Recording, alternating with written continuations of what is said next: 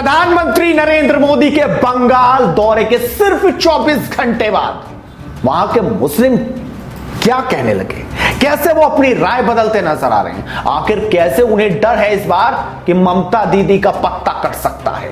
तो आइए दिखाते हैं आपको आखिरकार मोदी के दौरे ने क्या कुछ बदल दिया। नमस्कार, स्वागत है आपका एडवांस इंडिया पर। मैं हूं नवीन चौहान। प्रधानमंत्री नरेंद्र मोदी पश्चिम बंगाल के दौरे पर थे। जबरदस्त भाषण था, रैली में भीड़ थी। ममता दीदी तो नदारद थी इस बार, लेकिन मोदी की तैयारी पूरी थी।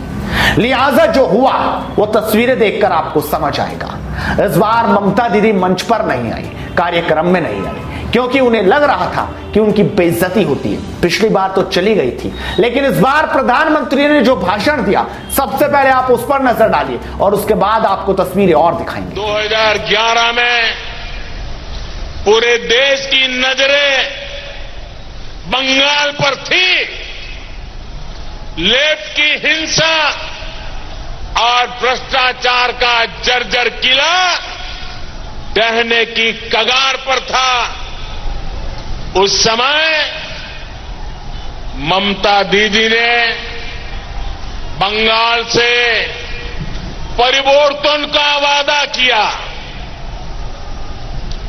उनके इस वादे ने पूरे देश का ध्यान खींचा। लोगों ने भरोसा किया। बंगाल ममता की आस लेके जी रहा था, लेकिन 10 साल उसे निर्ममता मिली। तो आपने देखा आखिरकार मोदी क्या कह रहे हैं। लेकिन अब सवाल यह है कि ममता दीदी का वोट बैंक है मुस्लिम।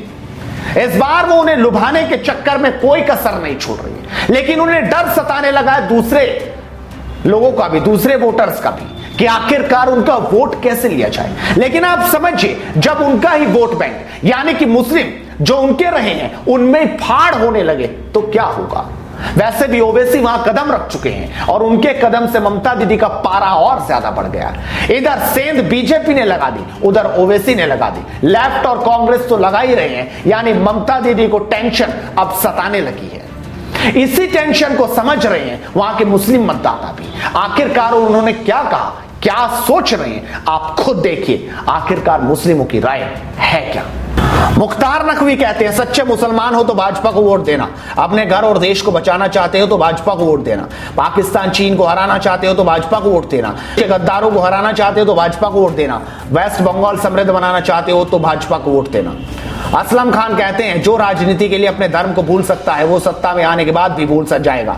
मैं अपने मुस्लिम समाज से आग्रह कर रहा हूं कि अब की बार मोदी सरकार को बंगाल में लाकर देखो और ममता के गुंडों को जेल भेजो। तौसीफ खान कहते हैं, मोदी महापुरुष है। देश 2014 से पहले क्या था सबको पता है, और आज क्या है ये भी सबको पता है। मुस्लिम और नीची जाति के लोगों के साथ बंगाल में क्या होता था, और जब से बीजेपी सरकार आई है तब से सम्मान मिलना शुरू हो गया। अब अगर जीना है तो मोदी को ही लाना होगा। हमीदुल्लाह अहमद कहते हैं, हिंदू मुस्लिम को लड़ाने का काम हो, सेंटर की सारी चीजों का नाश करने वाली ममता की अब उल्टी गिनती शुरू है। अब ममता दीदी का जाना तय, बंगाल में कमल खिलेगा। हमीदुल्लाह थे, ये कह रहे थे वहां कमल खिलेगा। ममता दीदी का गुस्सा अभी भी नजर आ रहा है। आप भी इस पर अपनी राय रखिए, आपको क्या लगता है आखिरकार बंगाल में क्या होगा। साथ इस वीडियो को शेयर कीजिए और लगातार जुड़े रहिए एडवांस इंडिया के साथ, क्योंकि मुद्दे की बात लगातार करते रहेंगे। नमस्कार।